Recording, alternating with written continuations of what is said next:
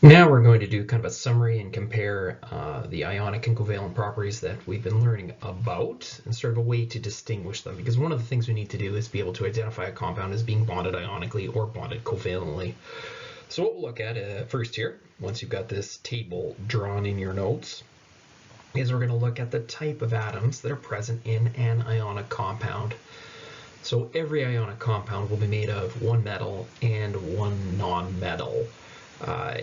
There'll always be, I mean, the numbers could vary. You could have like 2 sodiums and 5 chlorines, but you just have one metal and one non-metal.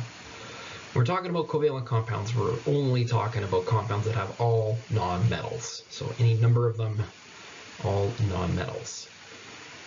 Second one we'll talk about is electrons, because they're doing different things. When we're talking about ionic compounds, we're talking about metals being gained and lost. The metals lose and the non-metals gain, so they pair up nicely. When we're talking about covalent, we're talking about electrons being shared between the 2 atoms. Next category will be our Lewis structure. Again, there's a small difference when it comes to comparing the two. So for instance, we've got sodium chloride. When you go to draw this one, what you're doing is you're moving all the valence electrons off of sodium and onto chlorine. So it looks a little something like that. They're both obeying the octet rule. But when we go to do a covalent one, we actually need to end up circling the bonds, and that circling is indicating the sharing that is going on.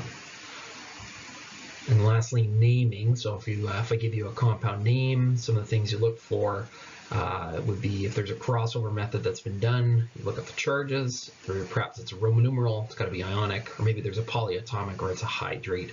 Those are all ionic compounds. When we're talking about covalent compounds, we're talking about the prefix method, the dis, tris, etc. So if you see those in the name, it's automatically got to be covalent, or if perhaps you see a diatomic gas. All right, so that is our summary. Now I want to make a very similar table and talk about some properties of the two. So once you've had time to draw this in your notes, we're going to talk about 3 different categories here. And the first one is going to be the bond strength. So with ionic compounds, we've got a metal and a non-metal. So essentially we have a positive and a negative that are forming the bond, and that is a very strong bond. So positive and negatives, very strong attractive force. So what effect would that have on our boiling points and melting points?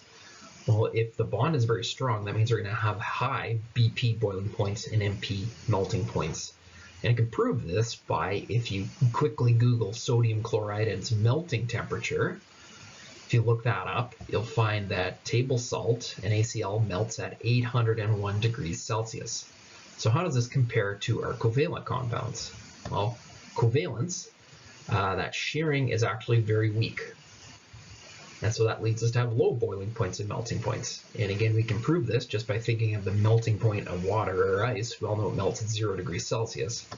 And so there you go. So we've proven just with the melting temperatures of these 2 substances that ionic compounds generally have high melting points and covalent have low melting points. And so that is our bond strength. So maybe the type of question I might give is a question where I list some features of it. The compound has a high boiling point, etc., and so you can you can deduce if it's ionic or covalent. So the second one we'll look at in a little more in depth here is how they behave in water. So what do compounds, ionic compounds, generally do? Well, we say that they dissolve in water to form an electrolyte. So most ionic compounds dissolve in water to some degree. Some don't, but most do.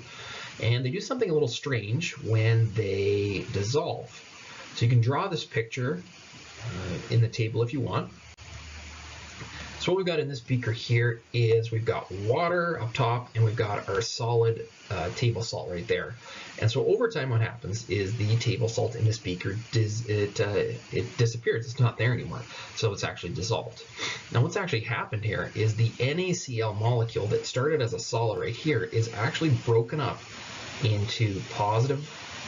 So all these little white ones are pluses, and the chlorines are these negative ones. So essentially what's happened here, and the best I can do is just draw pluses and minuses, is that the sodium chloride has separated.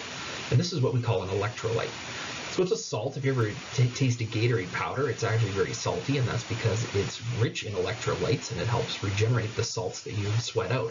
So this compound with all these pluses and minuses, you could actually pass electricity through this. So in theory, if you had a solution of water that was pure water with none of these pluses or minuses, you wouldn't be able to pass the water through it you wouldn't be able to pass the electricity through it because it wouldn't be able to pass from one molecule to the next. So that's in a nutshell what an electrolyte is. Back to our table here. We're talking about covalent compounds. We're talking about compounds that do not form electrolytes when they dissolve in water. I mean, they still can dissolve in water. Sugar, we know if you put sugar in water, it dissolves. But it doesn't break up into those pluses and minuses because sugar is a covalent compound. It doesn't have pluses and minuses. It just has a bunch of things that are, a bunch of electrons that are being shared. There's a whole bunch of overlap. So it will not break up into an electrolyte. Lastly here is going to be our solid state structure. And so when we're looking at an ionic compound, we say that they have a crystalline structure. Again, if you think about it, the ionic compounds have all these pluses and minuses. So let's take a look at another picture here. So right here we've got sodium that is plus and chlorine that is minus, and they are bonded together. Well, what would happen if you had another sodium chloride molecule near this one? Well, I would think that the plus end of the sodium right here would be attracted to the negative end of a different chlorine, and vice versa for this one. And that's exactly what happens. So here you go. So none of these other molecules that I just revealed are actually bonded to the original one.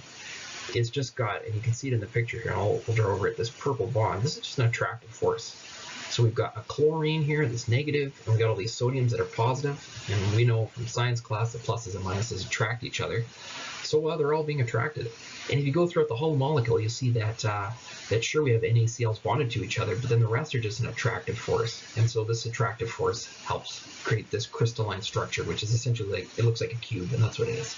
So this cube can be easily cut into pieces. Now when we're talking about covalence, again, we don't have those pluses and minuses, so we don't have the attractive force, so they really have no discernible structure. I guess it would just be like a pile of molecules all randomly assorted. I want to talk a little bit more about this idea of bonding and something that's called electronegativity. This is in fact our fourth trend of the course. Atomic radius, ionization, and electron affinity were the first three. And now we're going to talk about electronegativity and what exactly it is. So when a bond is formed, electrons may be gained, lost, or shared. We're actually interested in the sharing one now. Like this. So there's a bond where electrons have, the bond is representing electrons. So the sharing is not always equal between the two atoms. It is possible for one atom to pull the electrons in the bond closer to itself and thus gain a negative charge. So that AB, what we're saying is that B was actually better at pulling those electrons towards it. So you can see this funny little shape right here that is representing the negative end of the molecule because these electrons are negative and they move towards that end. And then over here we've got this funny little sigma, and it's a plus.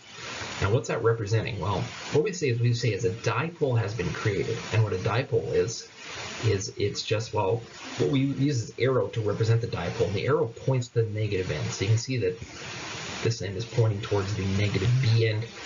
And then this to me looks like a little plus sign, so that's how I remember that that's the plus end, not the dipole. And the dipole is just a molecule that has a positive and negative end to it.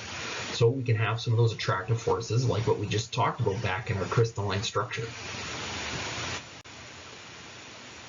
So electronegativity, this is the official definition, is a measure of the tendency of an atom to attract a bonding pair of electrons. Again, it's about attracting those electrons towards itself. Here's a little picture of the periodic table because all these electronegativities are listed on here. So I'm looking at hydrogen, you'll see the H, and there's this 2.2 right above it. That represents how strong hydrogen is at pulling electrons towards itself. Lithium has a little 1 over it, so it's getting weaker. Sodium is even weaker. So actually we've got a trend here. We've got our electronegativity decreasing down the group. If we go across here, and I'm just going to start with titanium here, it goes 1.5, 1.6, 1.7. It's generally going up. It's not an absolute pattern, but it does seem to increase this way. If you look over at group 8 elements, they are happy. They're stable. They don't want to pull in electrons in a bond because they don't even form bonds, so they don't have an electronegativity. So the atom with the greatest electronegativity is actually right here, fluorine. It's got a number 4. That is the highest one. So you can see the halogens are all pretty good at attracting electrons in the bonds. Now we're going to need these numbers in a second, and they're going to help tell us what kind of bonds form in a compound. Okay, so to determine what type of bond is present in a molecule, you only need to subtract the two En values, the ones we just talked about, and you always take the larger one and subtract the smaller one, so it's always above 0. And what we're going to do is we're then going to place this number on our answer on this number line, and this number line is like not exactly carved in stone. So we've got 0 on one end, and we have 1.7 in the middle, and then kind of every other number above. And even this 1.7 can sort of, it's not an absolute number, it can kind of move around, but it's just sort of a ballpark idea. It's going to help tell us what kind of bond we've got going on. So once we've subtracted, if we end up with a result of exactly 0, what we've discovered is that we have a pure covalent bond. There is no sharing of electrons in this molecule, so it doesn't have a plus or minus end. It's just kind of like a neutral molecule.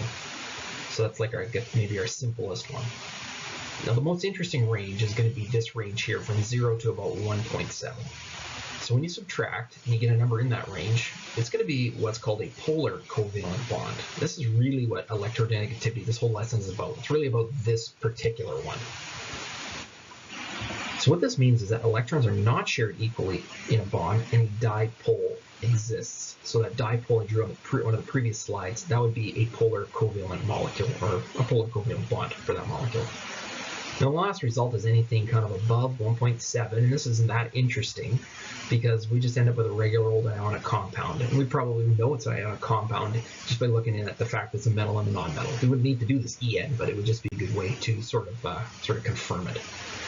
So let's wrap this up with some examples. What type of bond exists when the following atoms combine? So NaCl. So if I give you this one, then again you're looking at it, you're like, okay, it's a metal and a non-metal, it's obviously ionic, but now we can go ahead and prove it. So you go to your periodic table, grab it, look up the En for sodium, and it's 0.9. You do the same for chlorine.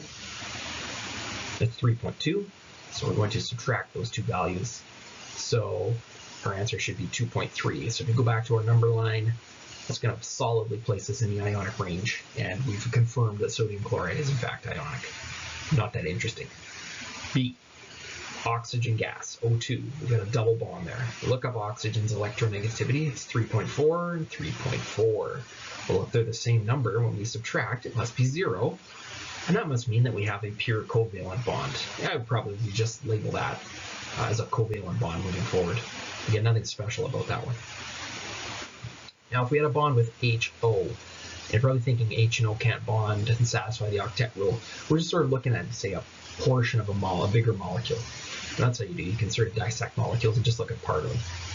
So hydrogen is 2.2 and oxygen is 3.4. So we subtract those two and we come up with 1.2. And that puts us into our polar covalent region. That means it has a dipole. And of course you want to draw the dipole. So back to the molecule there, we put the arrow pointing towards the oxygen end. So that has a negative end. So it's going to attract other positive molecules flying around in solution. In fact, if you've ever seen the meniscus on a glass of water, water has a dipole.